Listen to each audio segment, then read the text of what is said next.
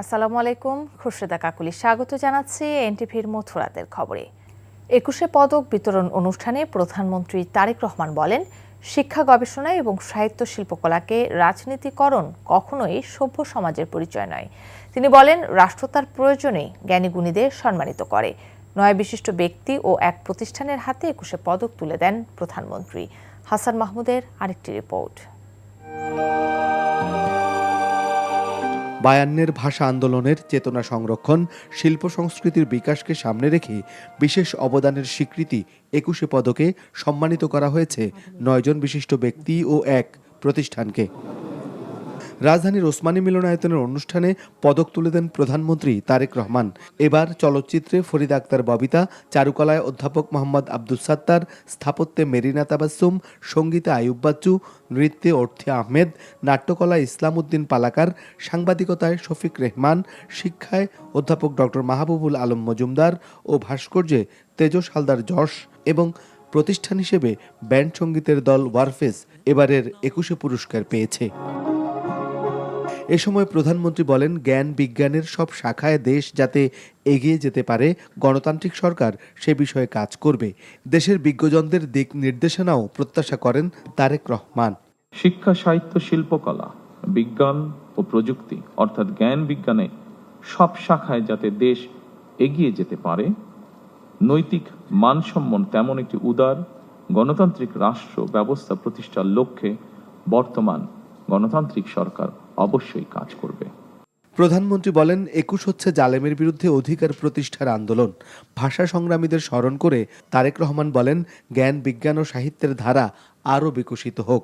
আমাদের সংস্কৃতি চেতনার প্রাণ প্রবাহ ২১শে ফেব্রুয়ারি। শিক্ষা, গবেষণা এবং শিল্প সাহিত্যের চর্চাকে আরো বেগবান করতে রাষ্ট্র এবং সরকার তার দায়িত্ব অবশ্যই পালন করবে। এর আগে সচিবালয় থেকে হেঁটে ওসমানী মিলনায়তনে যান প্রধানমন্ত্রী তারেক রহমান।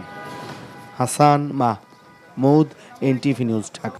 ত্রয়োদশ সংসদ নির্বাচনে ৩টি আসনে কারচুপির অভিযোগ তুলে হাইকোর্টে আবেদন করেছে বাংলাদেশ জামায়াতে ইসলামী। আসনগুলো হল ঢাকা ৬, ৭ ও গাইবান্ধা ৪। বৃহস্পতিবার এই আবেদনের পর এই ৩ আসনের সব ব্যালট পেপার, রেজাল্ট শিট সহ সব নথি হাইকোর্টের হেফাজতে নেয়ার নির্দেশনা দিয়েছে নির্বাচনী ট্রাইব্যুনাল।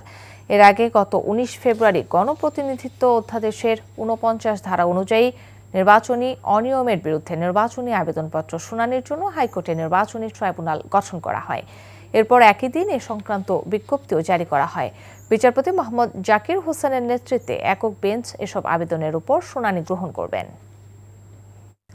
অমর ২১শে বইমেলা শুরু হলেও প্রথম দিনে পাঠক দর্শনার্থীদের উপস্থিতি ছিল সামান্য। এখনও শেষ হয়নি অধিকাংশ স্টল নির্মাণের কাজ। ২-১ দিনের মধ্যে মেলা পুরোপুরি সেজে উঠলে বইয়ের বিক্রি বাড়বে বলে প্রত্যাশা প্রকাশকদের। বিস্তারিত HM মেহেদী হাসানের রিপোর্টে। নানা শঙ্কা কাটিয়ে শুরু হলো অমর ২১শে বইমেলা। তবে এমন এলোমেলো চিত্রই বলে দিচ্ছে সব স্টলগুলো সেজে উঠতে লাগবে আরও কিছু সময়। প্রধানমন্ত্রীর উদ্বোধনের পর বৃহস্পতিবার বিকেলে সবার জন্য মেলা প্রাঙ্গণ খুলে দিলে পাঠকেরা মেলায় প্রবেশ করেন। ইফতারের আগে উপস্থিতিতে কিছুটা ভাটা পড়লেও সন্ধ্যার পর সামান্য ভিড় বাড়ে। প্রথম দিনেও অনেকেই বই কিনেছেন, যা আশাব্যঞ্জক বলছেন প্রকাশকেরা। আমাদের কাজ পুরোপুরি পূর্ণ হয়েছে, কিন্তু সবগুলো বই এখনো নিয়ে আসতে পারে নাই। 50% বই নিয়ে আসতে পারছি। আমি 5টার দিকে আসছি, তো দেখলাম মোটামুটি এক ফাঁকা, কিন্তু ইফতারের পরে দেখলাম ভালো মানুষ এসেছে, ভালো লাগছে দেখে, আসলেই ভালো লাগছে। প্রথম দিনের অভিজ্ঞতাটা ভালো লাগছে। আমরা যতটা আশা করছিলাম তার চেয়ে বেশি আর কি, কারণ যেহেতু রোজার মধ্যে আমরা ভেবেছিলাম ইফতারের পর আসবে না পাঠক, ইফতারের পর দেখা যাচ্ছে পাঠক আসতেছে। মেলায় পরিবার, পরিজন ও বন্ধুদের নিয়ে আসা পাঠকেরা বলছেন, প্রথম দিকে ঘুরে ঘুরে বই দেখছেন, বই কিনবেন আরও পরে। ঘোরাঘুরি করি, কয়েকটা স্টল দেখি, এখনো তো সব ওপেন হয়নি। সব ওপেন হোক, দিয়ে একটা বই পড়বো। নতুন লেখক আছে অনেকে, তাদেরও দু একটা বই পড়ে যদি কোনোটা ভালো লাগে ওই ক্ষেত্রে কেনার প্ল্যান। আমি প্রত্যেকবারই শেষের দিকে গিয়ে বই প্রত্যেকটা স্টলে ঘুরে যখন আমার যেরকম পছন্দসই হয়, কারণ আমি তো আগে বেতন পেয়ে যাই, সেই অনুযায়ী আমি বই কিনে ফেলি। আপুর সঙ্গে আসছি, কাজিনদের সঙ্গে ঘুরতে আসছি, বন্ধু বান্ধবদের নিয়ে আসছি, সকলকে নিয়ে চলে আসছি।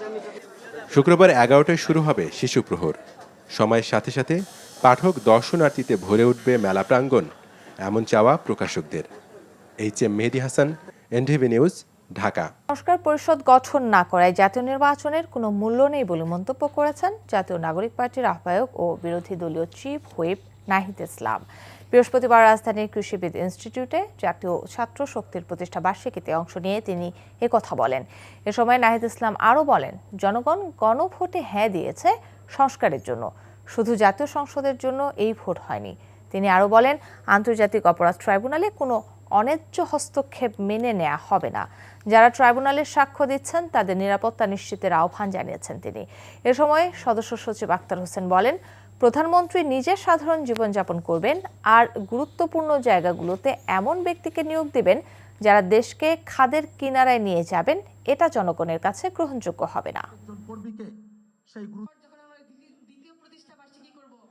যারা নির্বাচনের আগে একরকম কথা বলেছেন, নির্বাচনের পরে একরকম কথা বলেছে, আমরা নির্বাচনের আগেই জনগণকে এই বিষয়ে সতর্ক করেছি। আমরা জানি জনগণ তাদের বিপক্ষেই ভোট দিয়েছিল। নানান ইঞ্জিনিয়ারিং করে তারা ফলাফলটাকে নিজেদের পক্ষে নিতে সক্ষম হয়েছে। সংসদে পরিকল্পিতভাবে 2/3 সংসদ সদস্য পদ তাদের নিজেদের আওতায় রেখেছে, যাতে তারা নিজেদের মতো আইন এবং বিচার তৈরি করতে পারে। নিজে চলবেন সিম্পল লাইফ লিড করে, আর বাংলাদেশের প্রতিষ্ঠানগুলো এমন ব্যক্তিদের কাছে করায়ত্ত হয়ে যাবে যারা বাংলাদেশকে লুটপাট করবে, বাংলাদেশকে খাদের কিনারায় নিয়ে গিয়ে দাঁড় করাবে। এমন ধরনের একটা পরিবেশ বাংলাদেশে তৈরি হবে, সেটা আমরা কোনোভাবেই প্রত্যাশা করি না। অনলাইনে আয়কর রিটার্ন দাখিলের সময়সীমা আরও 1 মাস বাড়ানোর উদ্যোগ নিয়েছে জাতীয় রাজস্ব বোর্ড। আগামী 31 মার্চ পর্যন্ত সময় বাড়ানোর সুপারিশ অর্থ মন্ত্রণালয়ে পাঠানো হয়। পরে বৃহস্পতিবার এ সংক্রান্ত আদেশ জারি করা হয়। এ নিয়ে 4র্থ দফায় বাড়ানো হলো আয়কর রিটার্ন জমার সময়। এর আগে 3য় দফায় সময়সীমা বাড়িয়ে নির্ধারণ করা হয় 28 ফেব্রুয়ারি পর্যন্ত। 2য় দফায় 31 জানুয়ারি এবং 1ম দফায় বাড়ানো হয়েছিল ডিসেম্বর পর্যন্ত। এর আগে আয়কর আইনের রিটার্ন জমার নির্ধারিত শেষ সময় ছিল 30 November. Saudi Bangladesh business and investor ফোরামের উদ্যোগে ব্যবসায়ীদের সম্মানে রাজধানীর রিয়াদের 4.5 তারকা শেরাটন হোটেলে দোয়া ও ইফতার মাহফিল অনুষ্ঠিত হয়েছে। এনটিভি সৌদি আরব প্রতিনিধি ফারুক আহমেদ চান জানান, Saudi Bangla business and investor কেন্দ্রীয় কমিটির সভাপতি আব্দুর রহমানের সভাপতিত্বে ফোরামের যৌথ সঞ্চালনা করেন সাধারণ সম্পাদক মোহাম্মদ আয়ুব তুষার এবং আব্দুল্লাহ আল মামুন। প্রধান অতিথি ছিলেন রিয়াদ বাংলাদেশ দূতাবাসের economic councillor doctor Mohammad Mahbubur Rahman. অতিথি হিসেবে বক্তব্য রাখেন জেদ্দা গার্মেন্টস ফোরামের সভাপতি রেজাউল করিম টিপু, আমিয়াল গ্রুপের চেয়ারম্যান ইঞ্জিনিয়ার ইয়াসিন মিয়া সহ অন্যরা। এই ছিল মধ্যরাতের খবরে। এই খবরের ভিডিও সহ আপডেট জানতে ভিজিট করুন এনটিভি অনলাইন www.ntpt.com। এছাড়াও এনটিভির জনপ্রিয় সব অনুষ্ঠান ও খবরের আপডেট জানতে ভিজিট করুন আমাদের ইউটিউব ও ভেরিফাইড ফেসবুক পেজ। এতক্ষণ সাথে থাকার জন্য ধন্যবাদ সবাইকে।